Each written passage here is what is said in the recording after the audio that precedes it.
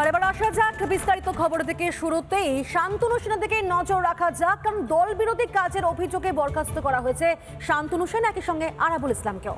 অভয়কাণ্ডে স্বাস্থ্য ভবনের দুর্নীতির প্রতিবাদ করেছিলেন শান্তনু, কিন্তু সেটা কি দল বিরোধী কাজ এখনো বুঝে উঠতে পারেননি রাজ্যসভার প্রাক্তন সাংসদ।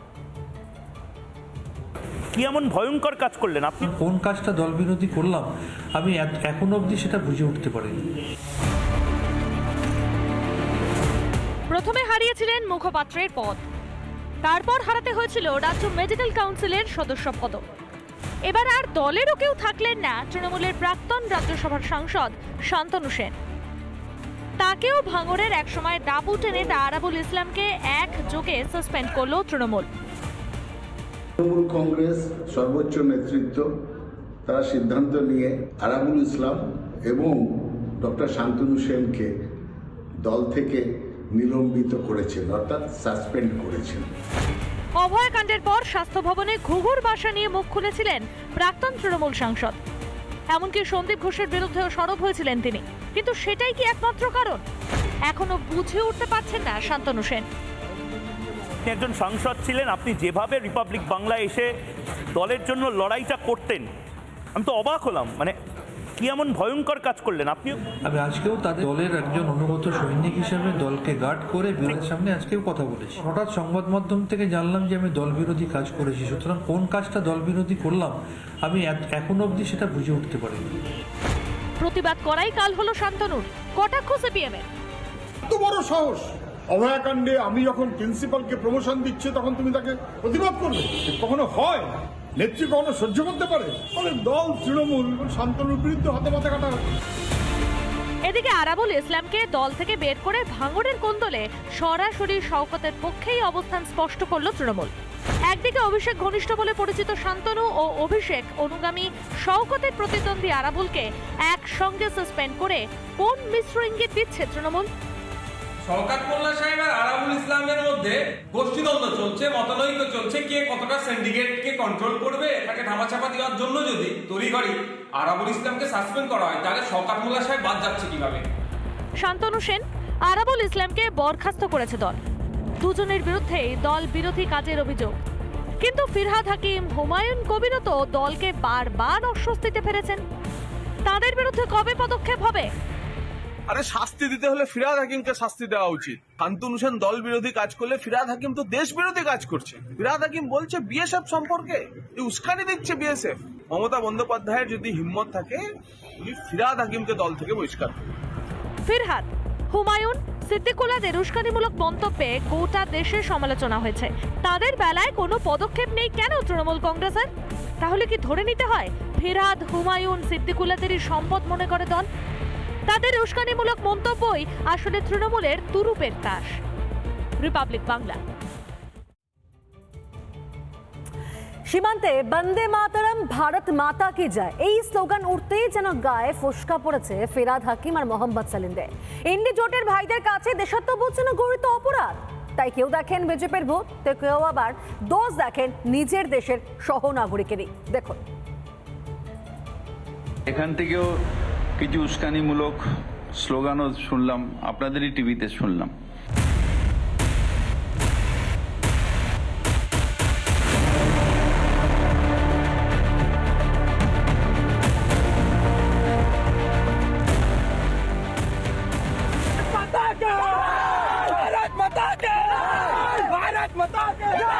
সীমানায় বিজেপি আর তৃণমূলের মধ্যে কোনো সীমানা নেই, লুটেরাদের রাজত্ব। সীমান্তে যখন উঠছে জনগর্জন, কাপুরুষ বাংলাদেশের রক্ষী বাহিনীর বিরুদ্ধে চোখে চোখ রেখে লড়ছে এপারের গ্রামবাসীরা, তখন সুযোগ সন্ধানী তৃণমূল আর সিপিএমের এক সুর। দেশের জমি রক্ষায় জীবন বাজি রেখে লড়াই করা সহনাগরিকদেরই দোষ দিতে একটুও গলা কাঁপল না তৃণমূলের দুর্দণ্ড প্রতাপ নেতা মন্ত্রী ফিরহাদ হাকিমের। এখান থেকেও কিছু উস্কানিমূলক স্লোগানও শুনলাম, আপনাদেরই টিভিতে শুনলাম। তো এটা কাম্য নয়। কাম্য হচ্ছে যে আমাদের বর্ডার আমরা বেড়া দেব, ওদের বর্ডার যদি ওরা ইচ্ছা করে দেবে। এটার মধ্যে কেন বিরোধ আমি বুঝতে পারছি। কখনো কখনো হিন্দুদের দুর্ভাগা বলা, কখনো মুসলিমদের সংখ্যাগরিষ্ঠতা হওয়ার পাঠ দেওয়া। বিভিন্ন সময় বিদ্বেষমূলক ভাষণে পটু ববির পক্ষে এমন আচরণই যে স্বাভাবিক তা মনে করাতে দেরি করেনি বিজেপি। ফিরহাদ হাকিম যে রাজনৈতিক দর্শনে বা যে ধর্মীয় দর্শনে বিশ্বাস করে সেখানে বন্দে মাতরমের কোনো স্থান নেই। কংগ্রেসের পরামর্শ তুচ্ছ রাজনৈতিক লাভের আশা ছাড়ুক তৃণমূল। লোকাল পলিটিক্সে লাভ লোকসানের কথা ভেবে বা তাৎক্ষণিক রাজনৈতিক ফায়দা ভেবে এমন কিছু কথা বলবেন না যার পরিণাম নিশ্চিতভাবে ভারতকে ভুগতে হয়। এদিকে ফিরহাদ যখন নিজের দেশের লোকের মধ্যেই দোষ খুঁজে পাচ্ছেন, তখন সেলিম সাহেব আবার বিজেপির জুজু দেখছেন। সীমানায় হিন্দু মুসলমান করছে, ভারত বাংলাদেশ করছে, তো চোরা চালানের কাজে সিদ্ধহস্ত পুলিশি সহযোগিতায়, কেন্দ্রের পুলিশ হোক বা রাজ্যের পুলিশ হোক, বিজেপি তৃণমূল দুজনই ভাগ পাচ্ছে। এমন মন্তব্যের পরে স্বভাবতই দলের ক্যাপ্টেনের পিঠ চাপড়াতে দেরি করেননি বিকাশ রঞ্জন ভট্টাচার্য। দেশের যারা শাসক দায়িত্বপ্রাপ্ত আছেন তাদের সম্পর্কিত কথা বলার যে কাজ, ভিনদেশ নিয়ে মন্তব্য করার অধিকার আছে কি? আমি এখন যাবো ট্রাম্পের ওখানে বলতে যে কেন ক্যালিফোর্নিয়া আগুন লেগে গেল। সিপিএম এর সুরে সুর মিলিয়েছে কংগ্রেসও। এরা শুধু পশ্চিমবাংলা 2026-এর ভোটকে সামনে রেখে এরা ওই সীমান্তে গিয়ে নিজেরা চেল্লাচ্ছেন যে ভারতকে যেন কতটাই রক্ষা করছেন, ওখানের হিন্দুদের কতটা ভালোবাসেন।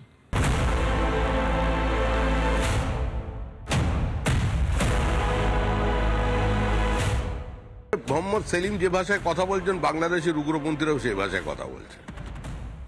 এদিকে প্রবল রাজনৈতিক চাপের মুখে পড়েই ফের ডিগবাজি খেলেন ফিরহাদ। আমি বন্দে মাতরম বলাই তো বলিনি, কিন্তু একজন ঠাকুরের নাম করে চেঁচাচ্ছে কেন সীমান্তে?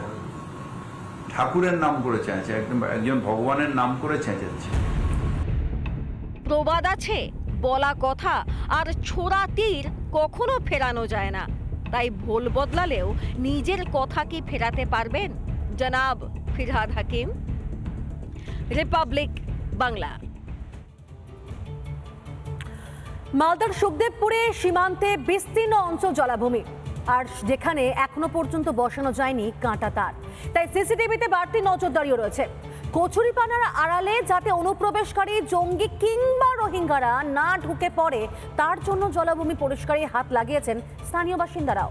আর এই জায়গা থেকেই সুখদেবপুর আবারও দেখিয়ে দিল যে কিভাবে দেশের রক্ষাকর্তাদের পাশে এসে দাঁড়াতে হয়, দেশের জন্য লড়তে হয় কাঁধে কাঁধ মিলিয়ে।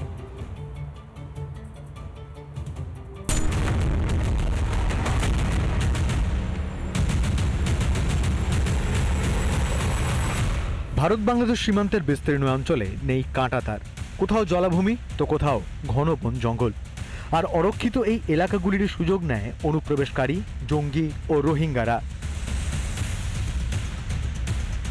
মালদহের সুখদেবপুর সীমান্ত এর ব্যতিক্রম নয়।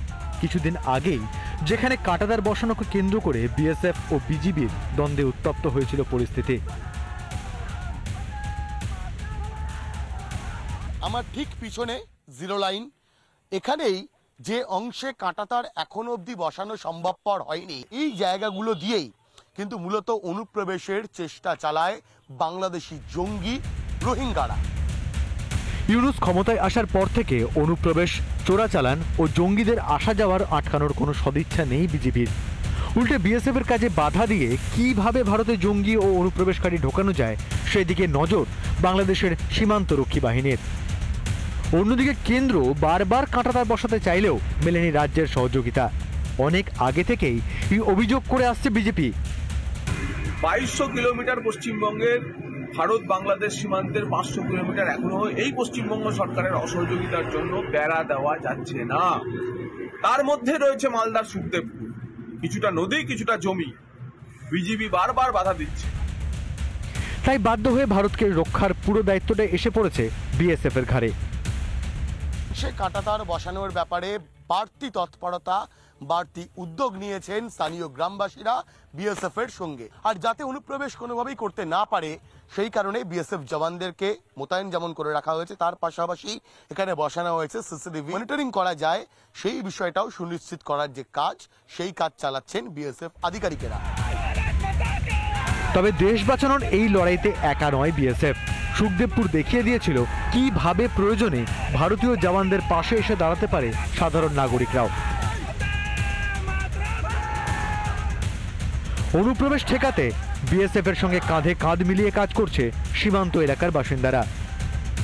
জলাভূমির মধ্যে কচুরিপানা যা তৈরি হয়, সেই কচুরিপানার আড়ালে অনুপ্রবেশকারীরা লুকিয়ে থাকতে পারেন। আর ঠিক এই বিষয়টাকে মাথায় রেখেই এই কচুরিপানা পরিষ্কারের কাজও কিন্তু করানো হচ্ছে। স্থানীয়রা তারা কিন্তু নিজেরাই উদ্যোগ নিয়ে কচুরিপানা পরিষ্কারের কাজ করছেন, যাতে কোনোভাবে কোনো একটি জঙ্গি, কোনো একটি রোহিঙ্গাও বাংলায় এই অঞ্চল দিয়ে প্রবেশ না করতে পারে। ইউনূসের ইশারায় বিজিবির একটার পর একটা উস্কানির মোকাবেলা করছে বিএসএফ। সংযমের সঙ্গে সীমান্তে অতন্দ্র প্রহরায় ভারতের সীমান্ত রক্ষা বাহিনী।